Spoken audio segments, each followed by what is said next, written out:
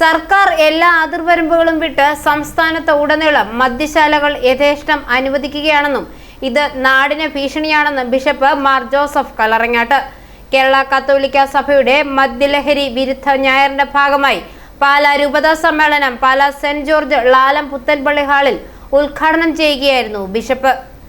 മദ്യം ഒരു പാനീയമല്ല, അത് കുടുംബത്തിന്റെ കണ്ണീരാണ്. ഒട്ടേറെ വീട്ടമ്മമാർ പേടിച്ച് വീട്ടിൽ കഴിയുന്നു. ലഹരി ഒരു സാമൂഹിക പ്രതിസന്ധി മാത്രമല്ല, വളരെ ആഴത്തിലുള്ള ആത്മീയ പ്രതിസന്ധി കൂടിയാണെന്നും മദ്യത്തിന്റെയും ലഹരിയുടെയും ഉപയോഗം മൂലം പല ഭവനങ്ങളിലും സംഘർഷഭരിതമാകുന്നുവെന്നും ലഹരിയാണ് ഏറ്റവും വലിയ സന്തോഷമെന്നാണ് മനുഷ്യർ കരുതുന്നതെന്നും എല്ലാവിധ ലഹരിയും തിന്മയാണ്. ലഹരി മൂലം ഒരു തലമുറ നശിച്ചു പോകുന്നതായിട്ടാണ് നമ്മൾ കാണുന്നതെന്നും ആ തിന്മയ്ക്കെതിരെ പോരാടിയില്ലെങ്കിൽ നമ്മുടെ സംസ്ഥാനത്തിന്റെ കുലീനത നഷ്ടമാകുമെന്നും നിശ്ചയദാർഢ്യത്തോടെ ഈ ലഹരിക്കെതിരെ നമ്മൾ ഇടപെടണമെന്നും പിതാവ് പറഞ്ഞു. KSRTCയോടനുബന്ധിച്ച് വെബ്കോ ഔട്ട്ലെറ്റ് തുടങ്ങാൻ സർക്കാർ നീക്കം നടത്തി. KCBC മദ്യവിരുദ്ധ സമിതി അത് പരാജയപ്പെടുത്തി. ഈ പ്രസാദ ഉരുവിടെയൊക്കെ ചേർന്നാണ് അത് പരാജയപ്പെടുത്തിയത്. മദ്യം ഹോം ഡെലിവറി ചെയ്യാൻ ഗവൺമെൻറ് തീരുമാനിച്ചു. അതും ജനവിരുദ്ധ നീക്കമെന്ന് തിരിച്ചറിഞ്ഞ് തടയപ്പെട്ടു. വളരെ ശക്തമായിട്ട് നമ്മൾ വിശ്വാസികൾ, അനുബന്ധ ഫോറങ്ങൾ, ജുഡീഷ്യറി എല്ലാം ഇതിൽ ഇടപെടുന്നുണ്ട്. എങ്കിലും ഇത് വളരുകയാണ്, പിളർന്ന് വളരുകയാണ്, അമീബ പോലെ ശക്തിപ്പെടുകയാണ്, മൂർഖൻ പാമ്പിനെ പോലെ.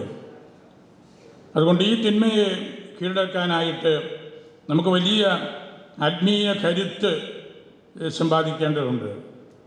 സംസ്ഥാനത്തിൻ്റെ ചരിത്രത്തിൽ ഇവിടെ പറഞ്ഞല്ലോ, ഇത്രമാത്രം ഒരു വളരെ കൈ അയച്ച് നിയമങ്ങളെല്ലാം തെറ്റിച്ച് മുമ്പോട്ട് പോകുന്നത് പോലെയുള്ള ഈ പ്രസ്ഥാനത്തിൻ്റെ പ്രോത്സാഹനം നമ്മൾ കടിഞ്ഞാനിട്ടില്ലെങ്കിൽ ഈ സംസ്ഥാനത്തിൻ്റെ നൊബിലിറ്റി, കുലീനതയാണ് നഷ്ടപ്പെടുന്നത്. അധികാരമുള്ളത് സർക്കാരിന്റെ കൈകളാണ്. സർക്കാർ തീരുമാനിച്ചാൽ മദ്യത്തിനും മയക്കുമരുന്നുകൾക്കുമെതിരെ നടപടിയെടുക്കാനാകും. മദ്യശാലകൾ യഥേഷ്ടം അനുവദിക്കാതെ ശക്തമായ നിലപാട് സർക്കാർ എടുക്കണം. അതിനുള്ള ഉത്തരവാദിത്വവും സർക്കാരിനുണ്ട്. അധികാരത്തിൽ വന്നാൽ മദ്യശാലകളൊന്നും അനുവദിക്കില്ല എന്ന് പറഞ്ഞു വന്നവർ പിന്നീട് മദ്യവർജനം പറയുകയും മദ്യശാലകൾ യഥേഷ്ടം അനുവദിക്കുകയും മാരക ലഹരിക്കെതിരെ കണ്ടില്ലെന്ന് നടിക്കുകയും ചെയ്യുകയാണെന്നും ബാറുകൾ 29 നിന്നും 1016 ബെവ്കോ കൺസ്യൂമർ ഫെഡ് ഔട്ട്ലെറ്റുകൾ 400-ലധികവും അനുവദിച്ചു. മദ്യശാലകളുടെ സമയം വർദ്ധിപ്പിച്ചതും മദ്യത്തിന് പേരിടാൻ മത്സരം സംഘടിപ്പിച്ചതുമെല്ലാം മദ്യത്തെ പ്രോത്സാഹിപ്പിക്കുന്ന സമീപനം തന്നെ. ചോദിക്കുന്നവർക്കെല്ലാം മദ്യശാലകൾക്ക് ലൈസൻസ് കൊടുക്കുന്ന സമീപനമാണ് ഈ സർക്കാർ സ്വീകരിക്കുന്നതെന്നും അത് തിരുത്തണമെന്നും ബിഷപ്പ് പറഞ്ഞു. സംസ്ഥാന സെക്രട്ടറിയും രൂപതാ പ്രസിഡന്റുമായ പ്രസാദ് കുരുവിള അധ്യക്ഷത വഹിച്ചു. ലഹരി വിരുദ്ധ പ്രതിജ്ഞ ചൊല്ലിക്കൊടുത്തു. മാരകമായി നശിപ്പിക്കുന്ന മദ്യപാനം, മയക്കുമരുന്ന് ഉപയോഗം എന്നീ തിന്മകൾ ഞാൻ വെറുക്കുന്നു. ആരോഗ്യത്തെയും കുടുംബ സമാധാനത്തെയും നാടിൻ്റെ പുരോഗതിയെയും തകർക്കുന്ന ഈ തിന്മകൾക്ക് ഞാൻ ഒരിക്കലും അടിമയാകില്ല. സർക്കാരിനെതിരെ രൂക്ഷ വിമർശനവുമായി മാണി സി കാപ്പൻ MLA മുഖ്യ പ്രഭാഷണം നടത്തി. മദ്യത്തിനും മയക്കുമരുന്നിനെതിരെ നടത്തുന്ന എല്ലാ ശ്രമങ്ങളെയും, എല്ലാ വർക്കുകളെയും ഞാൻ അഭിനന്ദിക്കുകയാണ്. മറ്റൊരു രൂപതയും ചെയ്യാത്ത രീതിയിൽ വലിയ തോതിലുള്ള പ്രവർത്തനങ്ങൾ ഇവിടെ നടക്കുന്നു എന്നതിൽ അതിയായ സന്തോഷമുണ്ട്. പ്രസാദ് പ്രസംഗത്തിൽ പറഞ്ഞൊരു കാര്യം ഞാൻ ശ്രദ്ധിച്ചു. ഇവിടുത്തെ ഭരണാധികാരികളുടെ കാര്യങ്ങളാണ് കുഴപ്പമുണ്ടാകുന്നത്. ശരിയാ, കഴിഞ്ഞ 10 കൊല്ലം അങ്ങനെയായിരുന്നു. ഇനി UDF അധികാരത്തിൽ വന്നാൽ കർശനമായ നടപടികൾ ഉണ്ടാവും എന്ന കാര്യത്തിൽ യാതൊരു സംശയവുമില്ല. സിഗരറ്റ് വലിക്കെതിരെ, വീടുവലിക്കെതിരെ പ്രചരണം കൊടുത്ത് അത് ഏതാണ്ട് 10% കൊണ്ടുവരാൻ കഴിഞ്ഞു എന്നതൊരു സത്യമാണ്. എവിടെയെങ്കിലും ഇപ്പോൾ ഓപ്പണായിട്ട് സിഗരറ്റ് വലിച്ചെടുത്തവരെ കണ്ടിട്ടുണ്ടോ? അതിന് നിയമം വന്നു, നിയമം കർശനമാക്കി, പിഴയിടാൻ തുടങ്ങി, പോലീസ് ഫൈനടിക്കാൻ തുടങ്ങി. അത് കുറച്ചു കൊണ്ടുവരാൻ കഴിഞ്ഞു. ഇന്ത്യയുടെ ഏറ്റവും വലിയ ശക്തി മാൻ പവറാണ്. ആ മാൻ പവർ ഇല്ലായ്മ ചെയ്യാൻ ചില ശുദ്ധശക്തികൾ നടത്തുന്ന ശ്രമമാണ് ഇതിലെന്ന് ഞാൻ ബലമായി വിശ്വസിക്കുന്നു.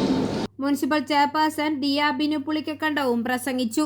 നമ്മളിപ്പോൾ ഏറ്റവും വലിയൊരു പ്രോബ്ലമായിട്ട് വരുന്നത് മദ്യവും ലഹരിയാണ്.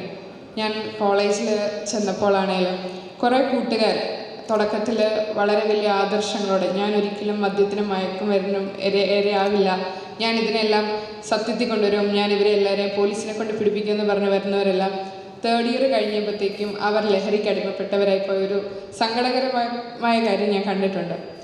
അല്ലെങ്കിൽ ഒത്തിരി എൻ്റെ കൂട്ടുകാരായിട്ടുള്ള ഒരു ചെയിൻ സ്മോക്കിംഗ് ചെയ്യുന്നത് ഞാൻ നേരിട്ട് കണ്ടിട്ടുണ്ട്.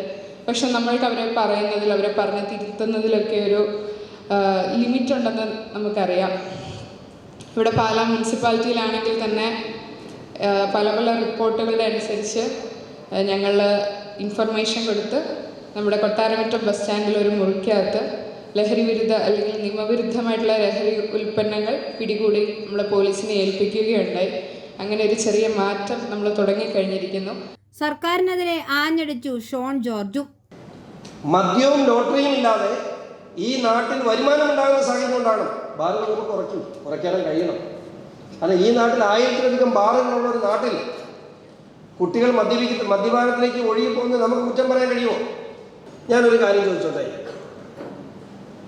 ഒരു ദിവസം വേണ്ട, ഇച്ഛാശക്തിയുള്ള കപ്പാസിറ്റിയുള്ള ഒരു നല്ല ഭരണാധികാരി വിചാരിച്ചാൽ കേരള സംസ്ഥാനത്തെ ലഹരി വ്യാപനമുണ്ടായി തടയാൻ ഒരു ദിവസം ആവശ്യമില്ല, 24 മണിക്കൂർ കൊണ്ട് നമുക്ക് തടയാൻ കഴിയും. കാരണം ഇത് ഇവിടെ നിന്ന് ഉണ്ടാക്കപ്പെടുന്നതല്ല. കേരളത്തിൽ എവിടെയെങ്കിലും കഞ്ചാവ് നിർമ്മിക്കുന്നതായിട്ട് നിങ്ങൾക്കറിയാമോ?